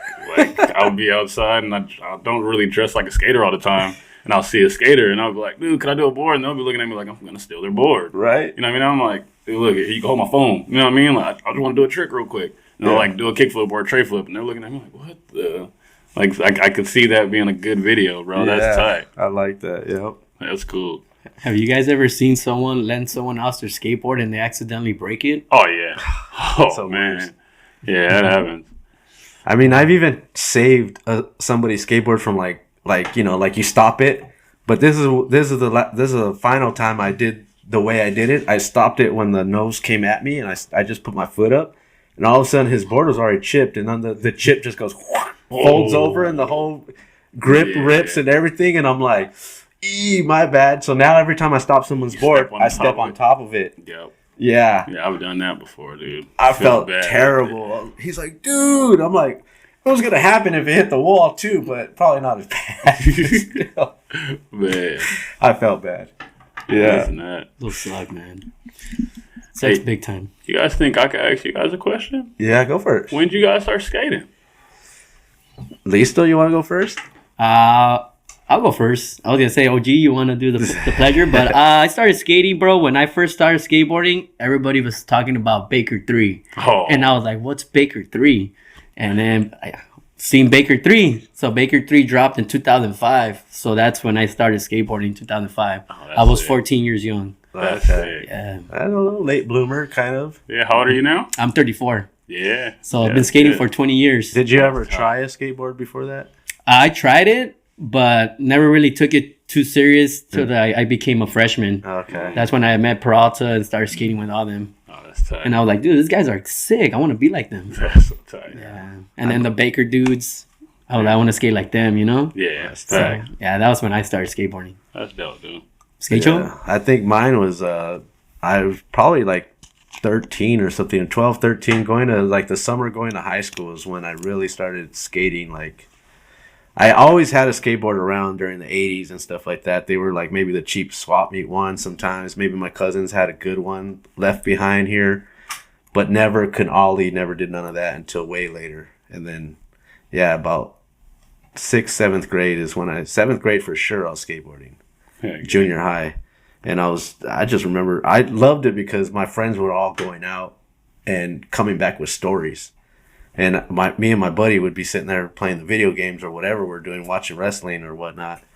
And I'll be like, dude, let's go with it. Let's go with your brother. And he'd be like, nah, I don't want to do that. And I'm like, I finally got to a point where I'm going with these dudes. And I went, they put together a Frankenstein board for me. And I went out, dude, it was so much fun. And, you know, begged for a skateboard, you know, drove all the way to Huntington Beach just to get one because it was a surf skate shop. Yeah. You know? That's dope. Sean Sheffy board off the wall. Bam. Man. Yes, sir. Oh, yeah. Do you remember your first board you got out of a skate shop? Out of a skate shop? Or did you get sponsored right away? Nah, not away. Dude, my first board was like out of a Zoomies. The first new board I got, that was an ATM board. ATM? Yeah, it was one of those. And it was like they do the deals on them at Zoomies. My mom's like, yep. I only got $100. You got to get the $100 complete. I was like, all right. That's pretty much how this goes down, man. Yeah, got me $100 complete. That was my first freshie.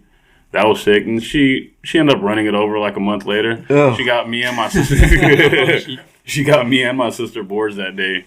And my sister got like a mini board. So one day we're out skating in the front yard, and I'm messing around with my sister's board, trying to do stuff on the mini. Like, let me try this out. Yeah. She's using my board, and my mom comes out, and she's joking with us. She's like, oh, 2 little kids, 10 points each. Like, pretending like she's going to hit us, and she, like, revs up, and my sister jumps out of the way but kicks my board back. Oh. Goes right on the car. She runs it over. My mom's like, I'm not buying you another one. I'm like, fuck. Yeah. Had to get the hand-me-down. Like, 2 days later, one of my buddies gave me a hand-me-down, but I still had new trucks and wheels, so it wasn't all bad. Yeah. When your mom would buy you skateboards, would you have to do chores or be a good boy or? Nah, that's the only board she's ever bought me. Okay. Yeah, she don't really care that much. The first and last board? Yeah, straight up. Yeah, she's broken a lot of them. I used to leave them out in the living room, and she'd come home late from work and like trip on them, and she'd take them outside and run them over. Yeah. Yeah, she'd tell me like, don't leave your boards out or they're done. She'll never try to hide them from you? Just destroy them? She'll break it. Yeah. Just because if she tripped over it or something. Yeah. If she tripped over it coming in from work, she'll break the board. Yeah. Yeah. If she tripped over it once, the first time, she didn't break it, and then she told me, like, if this happens again, I'm going to break it. And it happened a few times until I kind of got the picture. Yeah. But it would just be, I'd get back late from skating and set my board right there at the door and go in there, and there's other kids there. They play with the skateboard. That's got to be crazy, too, because, she'd be like, damn, he somehow got himself another board. He must love this thing. The homies, man. I'd go out and chill with them, and I had buddies that were pretty privileged, so their parents were buying them freshies, Mm-hmm. And there was this one dude named William Brown. For a while, he in his garage, he had like stacks of used boards. Like he bought every Friday, he'd buy a new board. Payday. He'd go buy him a new board, set up another freshie, and he'd just go put the boards in his garage, stacked up, and he was getting hooked up by companies as well. So he's straight, and he starts selling all the local kids boards for $5. Damn. And these boards didn't have no chips on them, no nothing. He's like, just come over here, $5. You can go through the list of boards, pick whichever one you want. You can find a freshie with no scratches on it if you were lucky. You know what I mean? So we were just running through those boards left and right. And then at this time, I didn't have, I was like 16, 17, I was like 17, and I didn't have no form of income. I was a kid, So I would just save on my recycling, go recycle, easy $10-$20 or whatever, and go to him, buy a couple decks, and be chilling. Yeah. Dude, it reminds me of we had a guest named, shout out, Ron Resurrection. We were youngsters too, like 14, 15 with no money. So he used to work at a Nissan dealership. Across the street, there was this gap that we used to skate. So we found out that there was this guy at the dealership that was a skater selling boards. So then we would go, like, we didn't know him or nothing. So we'll just buy $15 like listen boards. Dude, brand new, like no chips, nothing, still like layers. And then later on throughout the years, we end up being friends with them and find out who he is. And he was actually a big name in the skate industry. That's sick. Yeah, man. That's sick. And now we're just friends, family. Yeah, that's how it goes. Oh, yeah. Shout out, Ron. Yeah. I call Will. I call him my skate dad. Because he was the one who put me on skateboard. He took me to my first contest. That was cool. That's amazing, dude. What was your first contest? It was at this place called the Waterman Discount Mall. It was like just some pop-up contest. They were doing like a pop-up little circus thing there and all types of other stuff. They had a skate contest there, and he took me there. This is actually before I knew about like actual skateboarding. He took me to this, and I'm just thinking it's like a regular local thing. This is when I lived in Rialto, when the board was stolen. Before I met the San Bernardino guys, and they taught me about nollie, switch, fakie, all this shit. My uncle's friends weren't teaching me how to skate, so at this time I had learned how to do like pop shove it, varial, and kickflip, but only stationary, like in a crack. I didn't know about riding or jumping up curbs and stuff like that with it, but I could do them pretty high, so I'm feeling good about myself. And then I'm going to Will's house to buy some boards one day, and he's like, I'm going to this contest in San Bernardino, you want to go? And I go with him. We get there, and he's like one of the judges for the contest. So he's like, here goes some money. Go get in line so you can enter. And he goes and he gets all set up or whatever. Yeah, I go fucking hop in line, and there's like, I'll never forget, there's like this group of kids who swore up and down I was their homie. You know what I mean? Like that moved away, but I never met these guys. And they thought I was lying. I'm telling them, like, no, I'm not him. And then like after a while, I just like, all right, yeah, I'm him. And then we just chilled for a while, and I'll just pretend like I'm some guy they don't even know, but they're being cool. I was sitting in this line by myself, so I was end up being cool with them. And then later on that day, while we're in the contest, once the contest started and I started like trying to skate, one of them came up to me and he's like, "You really aren't." I forgot that it was like Jerome or something like that. "You're really not Jerome, huh?" I'm like, "I told you guys." You know what I mean? Like I told y'all I wasn't him like 10 times. But y'all wouldn't believe me.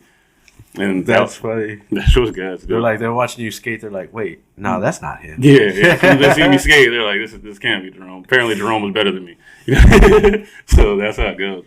That's crazy. That was good. Do you consider yourself a contest skater, or do you like skating contests? Yeah, I'm down to skate a contest. I feel like an ATV. I just skate whatever, all terrain vehicle. Mm-hmm. Nice. I don't think I'll get on the mega ramp. Maybe.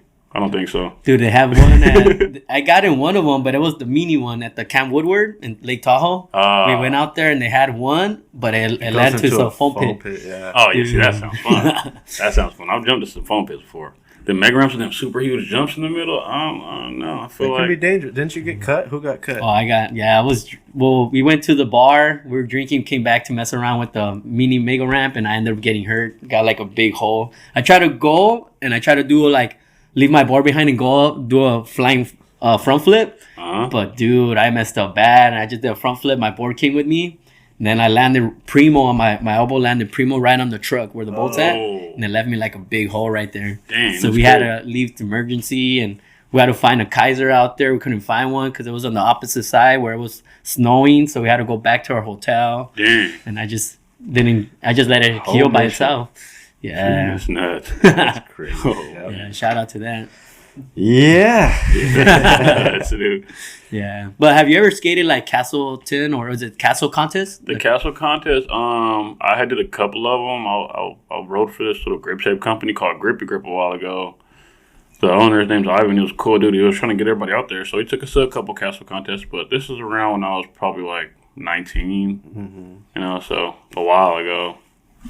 Probably like 10 years ago. But we did it for just a little bit. And then after that, the company went downhill. And I wasn't really focused on them. Because when we did do the Castle Contest, it was mostly kids there. You know, like there was a good amount of people around my age. But it just felt like it felt like I wasn't supposed to be there. I felt like I was supposed to be in something different. Yeah. So, didn't really matter. Yeah, I could see how that happens, you know. Yeah. For sure. Like, I played a game of skate. I never entered skate. And I played a game of skate, and I was like, damn. And it's everybody. It's like the little groms with the older kids and then the older guys. So I get to play the older guys, but the older guys are still good. Yeah. You know what I mean? Listo had to play one of the older guys, and it was a battle.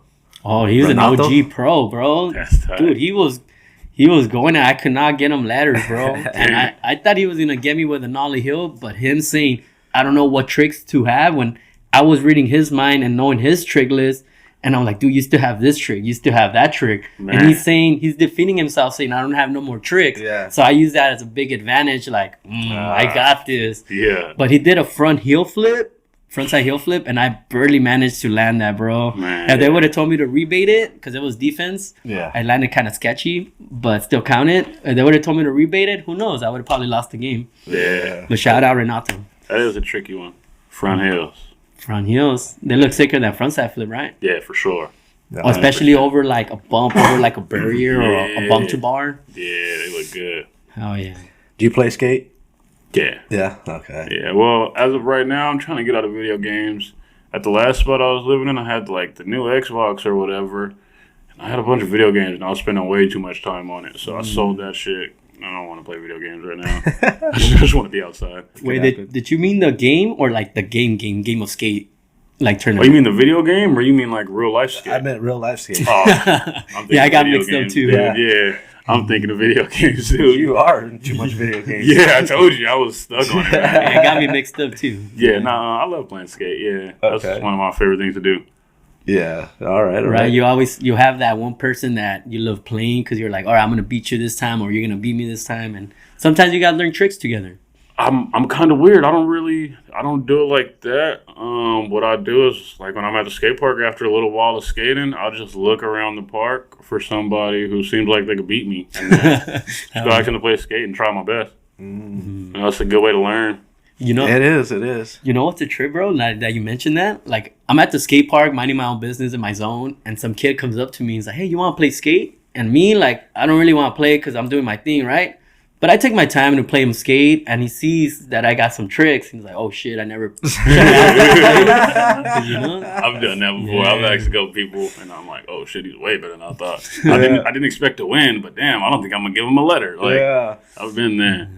Yeah. That's what it'd be. I don't want to play skate because I don't know any flat ground really, you know. And then, but playing actually hyped me up to where I went out and did some kick flips the other day, and I was like, wait, what? And then I was practicing them. I was like, if I'm gonna land one, let me record it. Yeah. So I put the record on, and first one, boom, first try. I was like, damn, I was seeing those. I was like, damn, all right, let's see. And then the heel flip didn't come first try. Unfortunately, I had to do a couple to get them.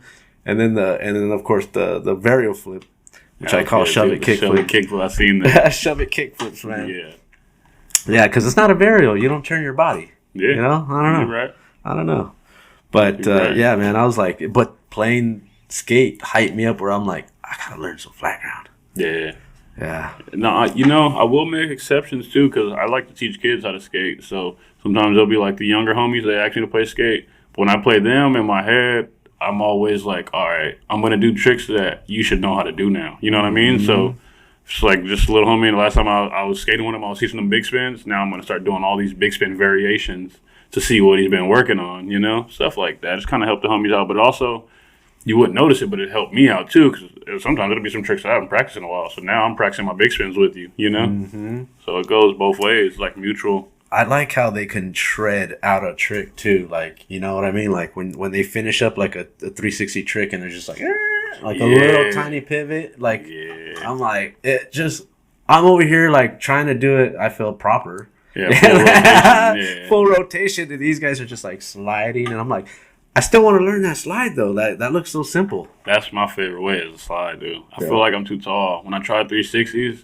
I always have back problems the next day. I can do some 360s, but next day my back's it's destroyed, dude. If I gotta do 360s, I gotta stretch that. I gotta do some, couple of waist turns or something before I even attempt one, or there's gonna be some back problems. Yeah, it's easy for me to like wobble over, but I notice whenever what I've been trying to make myself do more often is squat down more when I skate.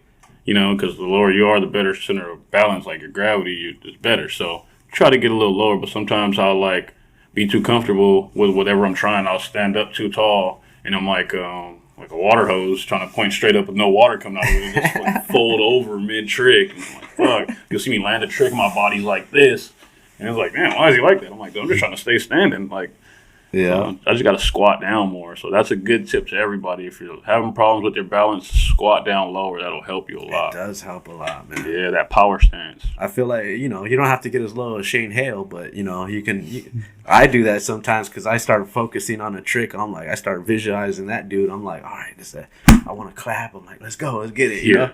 Was that too loud? Nah, not really. It's clapped right in the mic. Oh. Speaking of that, there's this dude named Niels. He's a youngster. I forget his last name, but dude, he was skating the Rockstar event, and before he did the kickflip from board on the handrail, he bent down to grab his board like a Benihana, touch it, and then like he just did it after that. And the announcers, commentaries were like, "Wow, look at that! He touches his board before even trying the trick. Like, who does that? You know, like that's a rare thing. I've seen that a few times. That's rare."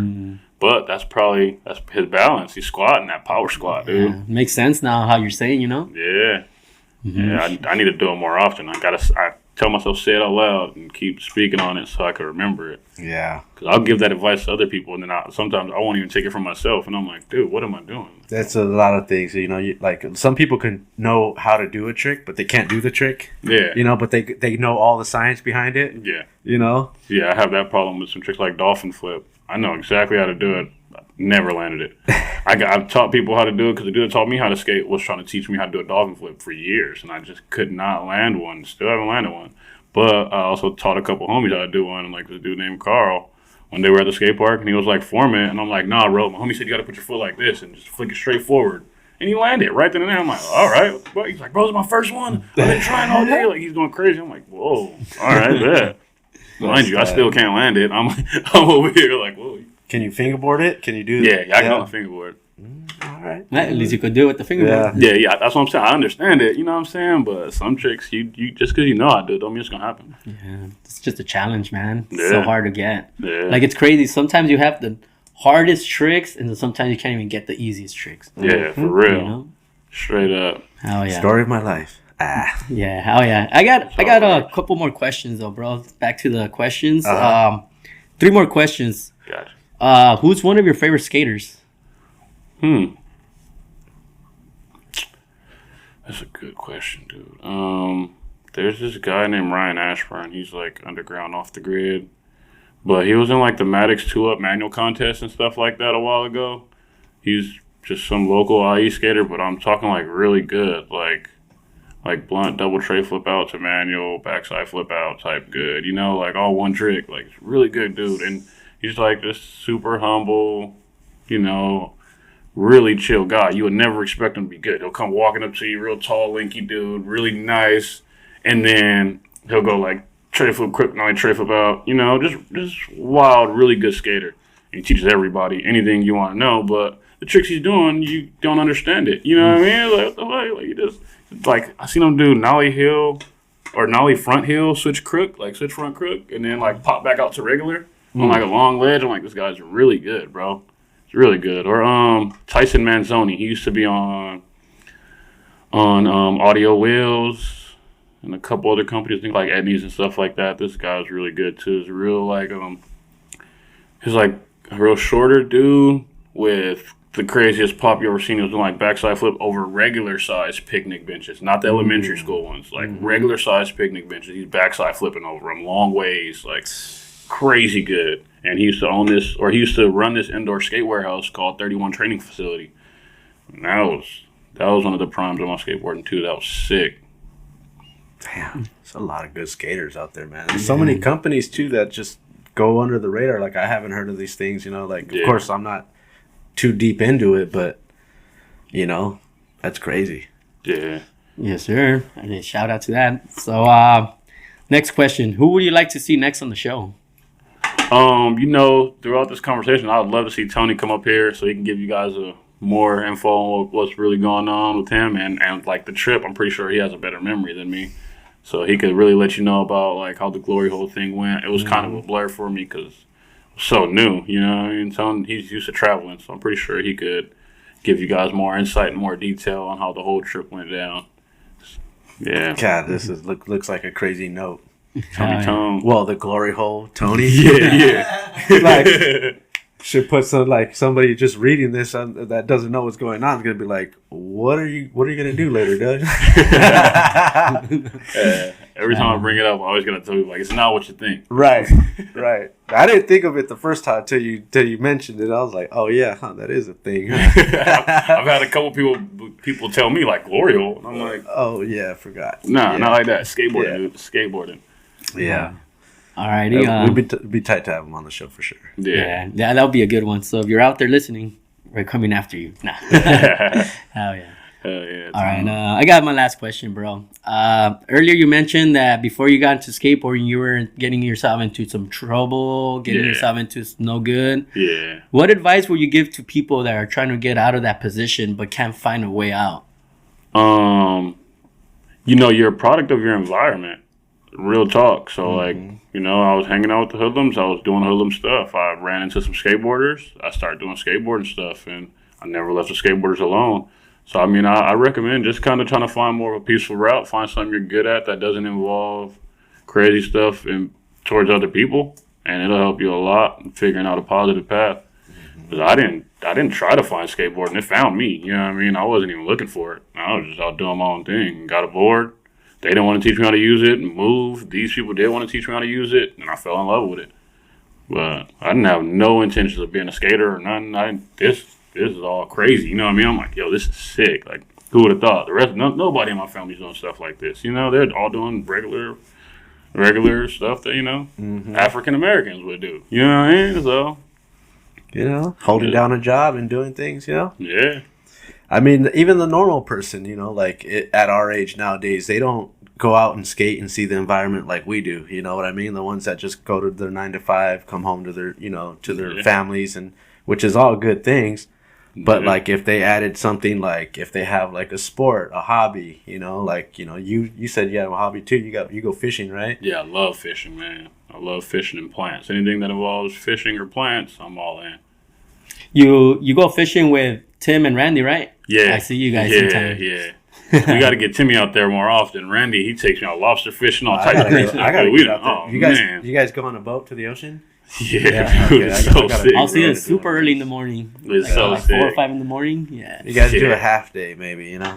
Dude, you guys got to come out there, bro. It's so fun. We went deep sea fishing, caught all types of crazy fish. I caught a bat ray. It was so cool, dude. It was tight. Yeah, that was really sick. I love catching them big fish, man. Like I said before, like I've already caught a fish already, so I don't have to eat the damn heart again. But man, that is crazy. It's crazy you said that, because Randy was trying to give me the heart. I'm like, dude, I don't think nobody's ever done this before. And then I fell asleep. I wake up, I'm like, all right, bro, I'm ready to eat the heart. He's like, no, we already got rid of it. In the back of my head, I'm like, thank God. I was terrified. I'm like, fuck, I got to do this. I did it, man. It was not pleasant, but I mean, luckily the guy on the boat, the guy that was running like the kitchen or whatever, he was like, everybody wanted to watch, right? So he goes, you're actually going to do it? He's like, hold on, I'm going to get you a beer. So he went and grabbed me a beer to wash it down. And luckily, man, that thing didn't want to go down, really. And the beer helped it big time. I just swallowed that motherfucker down. I was like, damn it. Fuck. Everybody was like, "Ugh." And then later I'm walking around the boat and people were like, you're the heart eater and all this shit. I would never tell anybody that was my first fish. I didn't know. I messed up. Oh, man. I was like, it's my first fish. And they were like, we got a heart eater. Oh, fuck. Damn. So what happens if you don't eat the heart and it's your first fish? They don't respect you. But, you know, you get called names and, you know, who knows. I'll probably have to do it next time I go out. But if you're with your boys and stuff like that, I was in front of a whole boat of strangers that were like cheering me on, you know, like I was like, damn, I guess I had to do this. And then the cook was like super cool with me, the guy that was running the kitchen, and he was like, he was, I don't hate to say it, but he's a little lazy, you know, he didn't want to get up and do his job. So I was like, hey, dude, can I get a beer? He's like, you know where they're at. I'm like, cool. Do you want me to mark it down? It's up to you. All right. So I didn't mark it down, you know, because you pay at the end, right? Yeah. And so I was like, all straight. And sick. Some other guy was like, can I get a beer? He's like, yeah, don't forget to mark it down. I was like, yeah, that's right. That's tight. Yep. Oh, yeah. Shout out to fishing, man. Yeah. Yeah, If you guys it's a fish, good time. if you fish in rivers and lakes and you ain't never been like on a boat in the ocean, try it, dude. I was strictly river and lake fisherman until I went out with Randy. Mm-hmm. Ocean fishing, you're gonna catch fish no matter what. Yeah. Dude. Fishing in rivers and lakes, you know, you can have a lot of. It's not a bad day because you're still fishing, but you can get skunked a lot. Yes. But going out on a boat, it's rare you're gonna get skunked. You gotta get a good boat. You gotta check and do your research, see who's pulling in and stuff like that. Like, you know, I've always liked the pursuit myself, and you know, out there on San Pedro. Yeah. What does it mean to be skunked?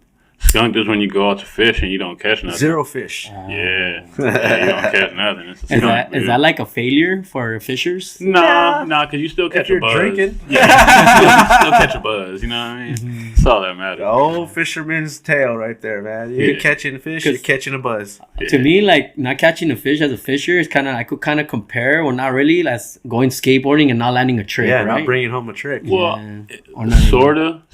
It just, if you go fishing and you already got like pre-set up lines and all, and you just drop stuff in the water, you don't really do nothing, then it's kind of like not landing the trick. But if you sit out there and you like tie your own knots, set your own hooks, stuff like that, you're learning stuff, you're completing some type of objectives.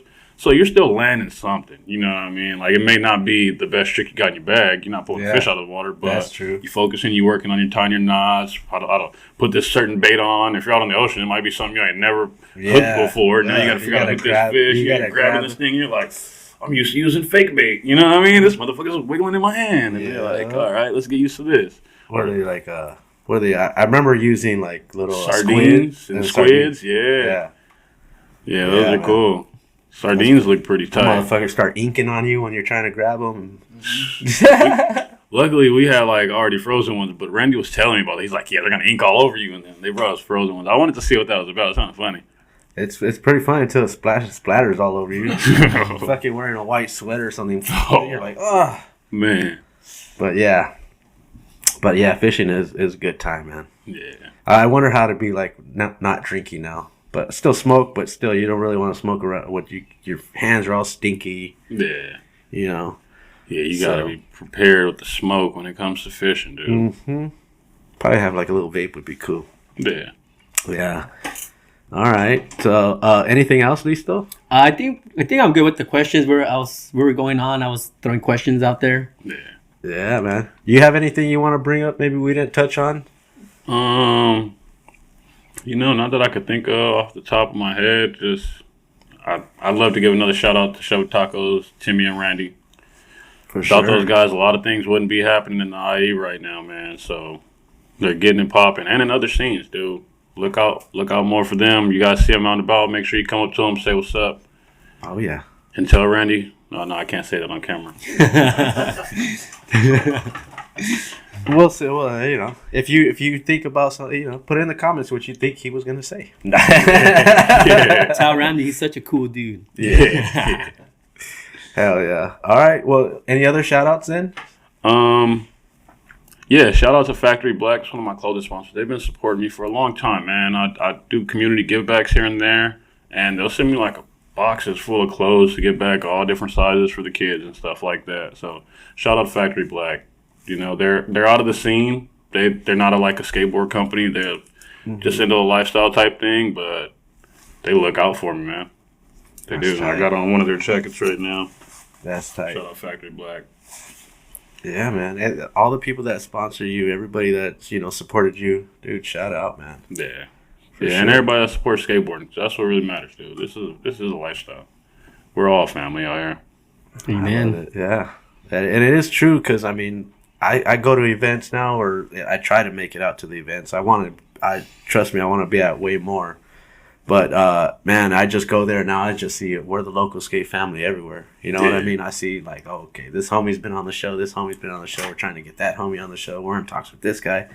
You know, it's been amazing, dude. So, and then we finally got you in the studio, too, as well, because it's been in talks as well. Yeah, thank you guys for the opportunity. This is lovely, man. Dude, I'm glad that people enjoy being here, man, because we love what we're doing. It's fun getting to know the skaters off the board, you know, so it's been fun.